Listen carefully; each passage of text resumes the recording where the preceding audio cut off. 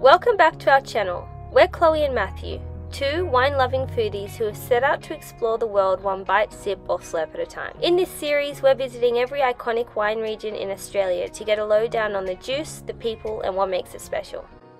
As one of Western Australia's best kept secrets, the Frankland River wine region is home to rolling hills and rich and productive farming land. Located approximately 360 kilometers south of Perth, it is fast becoming one of the state's most successful wine producing regions.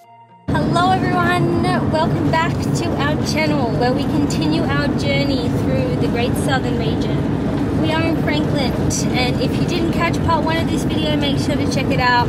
Yeah.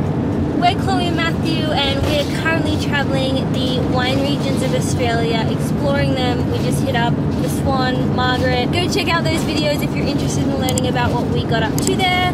But we recently hit up Pemberton, and we didn't have much success. We tried to find the best Pinot in Pemberton to find a bit of a snag. But you don't have your Pinot. No, we don't have our Pinot. Unfortunately, we've sold out. Pemberton sucks. We are here to find what is open. It's a bit awkward. Most of us would think, I'm going to go somewhere on the weekend and try some wines and have a weekend getaway.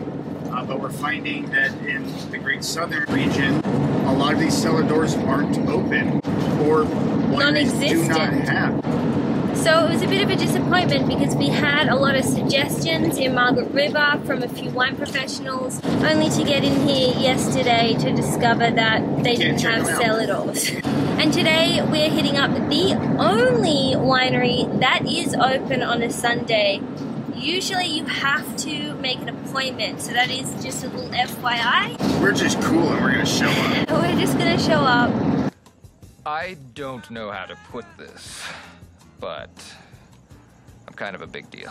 We're lying, we called. We did call.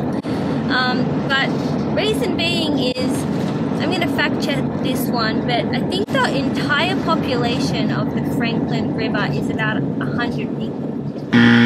As of 2021, the population of the Frankland River was 353 people. So it's an incredibly small town. There's probably not a lot of tourism out here, so totally understandable why a lot of wineries don't have cellar doors. We're just really upset about that because Frankland is known for some incredible wines, and I was really looking forward to coming and discovering them all. But we'll get to try some. We'll find some. Let's go check it out. So this is to give you an idea of Frankland River wine region. We saw a sign that said, "Welcome to Frankland River wine region," about 5 minutes ago, and we still haven't seen one winery or one vineyard. We are open. Woohoo! Matthew just said that they look edible. Mini pants. True.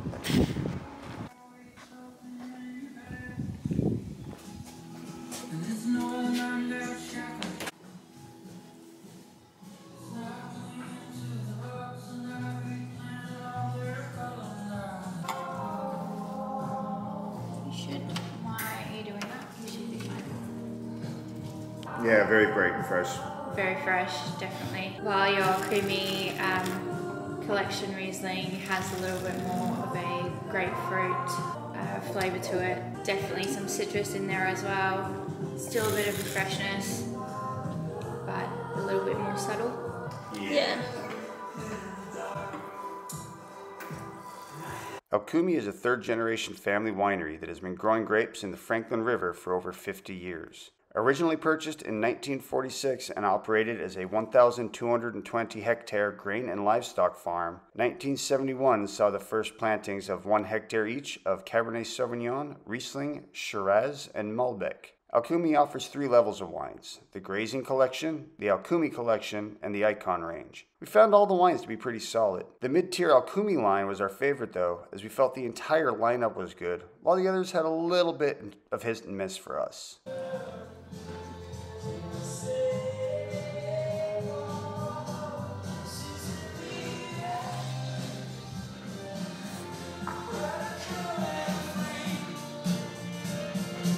Chloe's always getting spoiled by this. The Chesterfield itself has wine in a fire.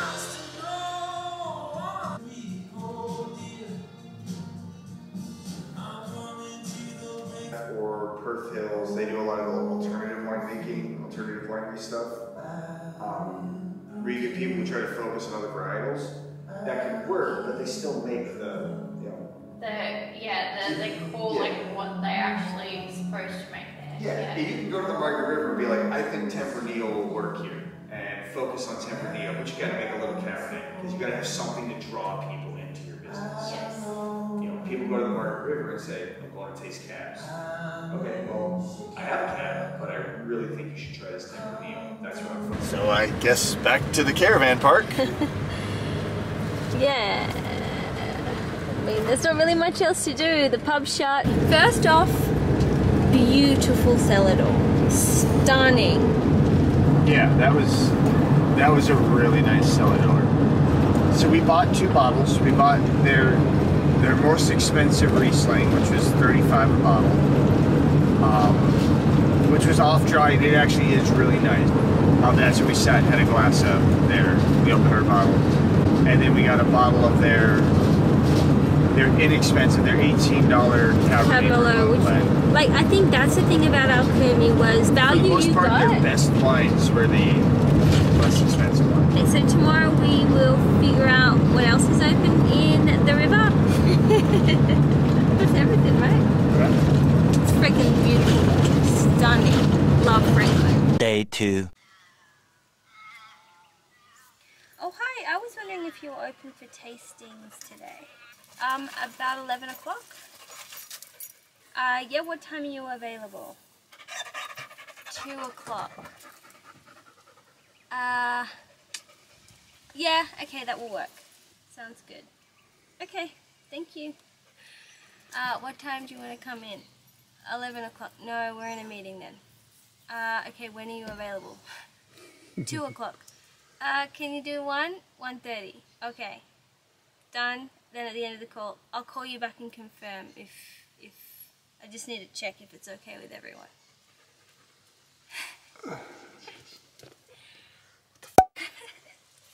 Now I'll try Fern Grove again. Oh hi, I was wondering if you were open for a tasting this morning. Oh okay. Oh that's a shame. Are you open for tastings at all today?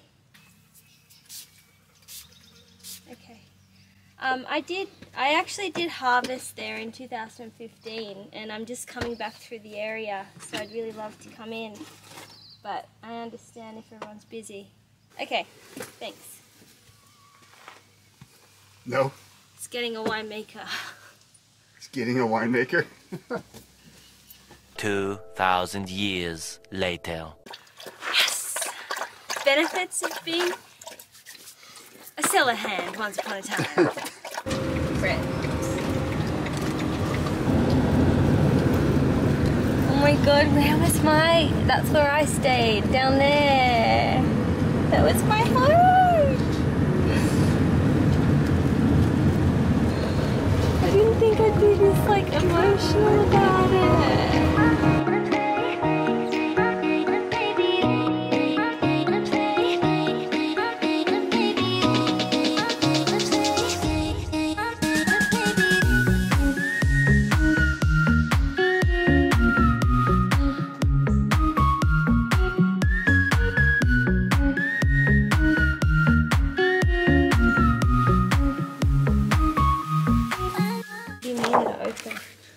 So these are the ones that have cellar doors. Okay. But it said lunch or whatever. So they have a cellar door by appointment only. But I messaged them, reached out to them. They said they don't have one at the moment. Okay, it might be closed because of COVID or something. But this is, that's what this map is everywhere that you can go. Yeah. The Fern Grove Estate began in 1998 with the selection of their vineyard land in the Frankland River, 90 kilometers from the coast. The combination of ancient soils and the influence of the converging Southern and Indian Oceans create a cool climate, slow ripening site. In the last few years, Fern Grove has really pulled back production amounts to dial in deeper on quality, and their efforts really show. We found all the wines here to hold a nice balance between fruit, acidity, and tannin. All felt comfortably drinkable right now, but a few library tastings showed the ageability of their entire lineup.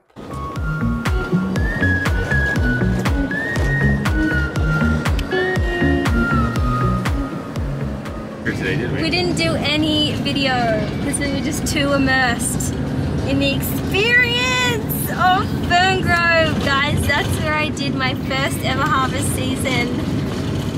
It's where I first started becoming a wine nerd. So surreal to be back here. That was an awesome experience.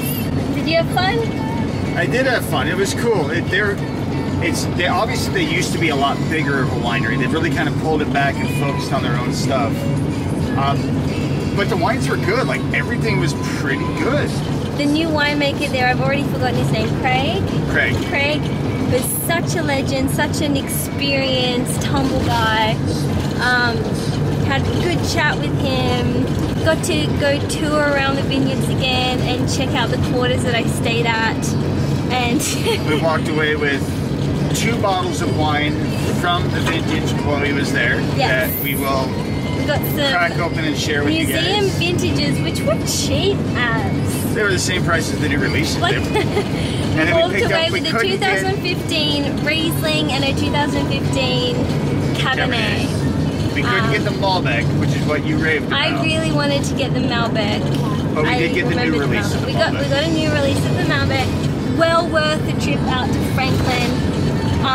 I suggest, even for you guys, like, without having the whole history here, it is a beautiful winery, beautiful people running the winery, and some pretty fun wines. So that one is a cellar door that is open by appointment only, Monday to Friday, 10 a.m. to 4 p.m.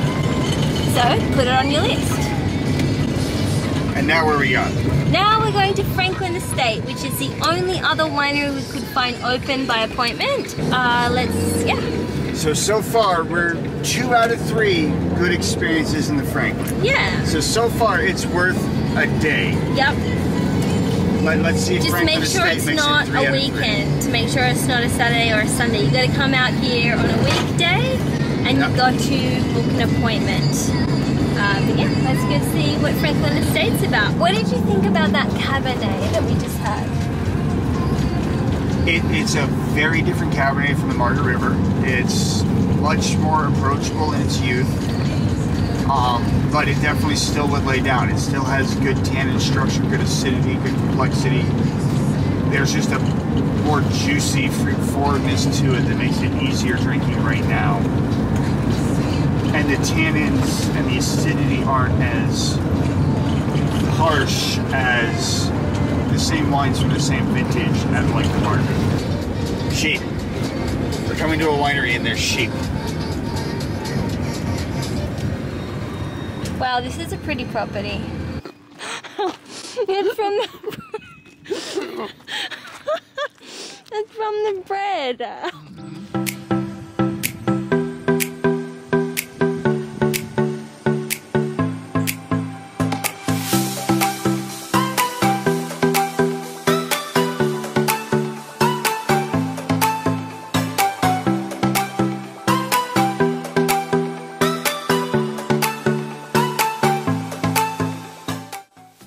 Frankland Estate is a second-generation winery run by brother and sister team Hunter and Elizabeth Smith and their families. Raised on Isolation Ridge, the namesake location of their main vineyard, this family holds enormous respect for the land, to the extent of achieving organic certification in 2008. This respect and focus is reflected in the wines they produce. Founded in 1988, Frankland Estate has a strong focus on Riesling, Shiraz, and Cabernet Sauvignon.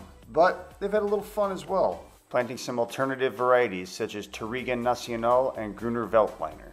This is one of those wineries that if we had a place to lay down bottles to age, we would have walked out with cases of wine. It was a struggle to just narrow it down to the few bottles we ended up taking away with us. Cabernet, Syrah, and Riesling all made it back into the van cellar. So where most of your winemaking's been in Napa? A little bit in Napa. So I got my start in Washington State. About 5 years in, I was kind of getting ready to, I was ready to like learn more and move on. So I I did a harvest in New Zealand in Hawke's Bay. Yeah. And then I spent the summer working with a couple of winemakers in Italy. Yep. And then I spent 2 years interning and bouncing around in Napa. And then I ended up moving to Arizona and taking over a 20,000 case winery in Arizona as the head winemaker. Yeah. Did that for 3 years. So we split ways and I helped establish a new winery that we did really well. Now we're just trying to figure out where we can do our thing. This is really cool. I like this one. Yeah, it's probably the wine that's really put us on the map from the get-go. Isolation with Riesling back in the first vintage was 91, and probably by 95 we had a nice little reputation for that wine. James Suckling, who we know, was out in Australia a month or so ago, and it's his second highest score of Riesling in the country. Really? So, you know, and yeah, so it's been a nice little wine for us in that it's... Thoughts on the Frankland? The Rieslings are really good. The Chardonnays are good. Shirazes are pretty good. Cabernets are cool. It's a bit interesting. You know, we've heard it from the 3 places that we visited. You know, there's a lot of grape growing happening there, but not a lot of production happening there. It's a bit of the fact that it's a less expensive area to invest in land. It's a pretty prime grape growing region, but there's a lot of mass production happening there for grapes going somewhere else. But the wines that are actually there and being made there are solid. They're really good. Yeah, and I think that Frankland Estate really topped it off with their quality. Yes, absolutely. So if you are heading to Frankland River and you want to do a full day's worth of tasting, make sure you book appointments, but I would suggest you scout out Alcumi, Ferngrove, Frankland Estate, but there are plenty more producers, well not plenty, but a couple more producers that apparently make very premium, beautiful wines that I'm pretty sad we didn't get to check out today. But we'll find them. If we get down to Albany and we find them in a tasting bar, we will bring you along. Yes. And we will taste them. So right now, where are we headed? Join us next week as we take a short break from the wine regions, take care of some necessary housekeeping and renovations in the van. We're looking forward to sharing the upgrades with you and giving you a tour of Van 2.0, our tiny home on wheels. Like and subscribe below to make sure you don't miss it.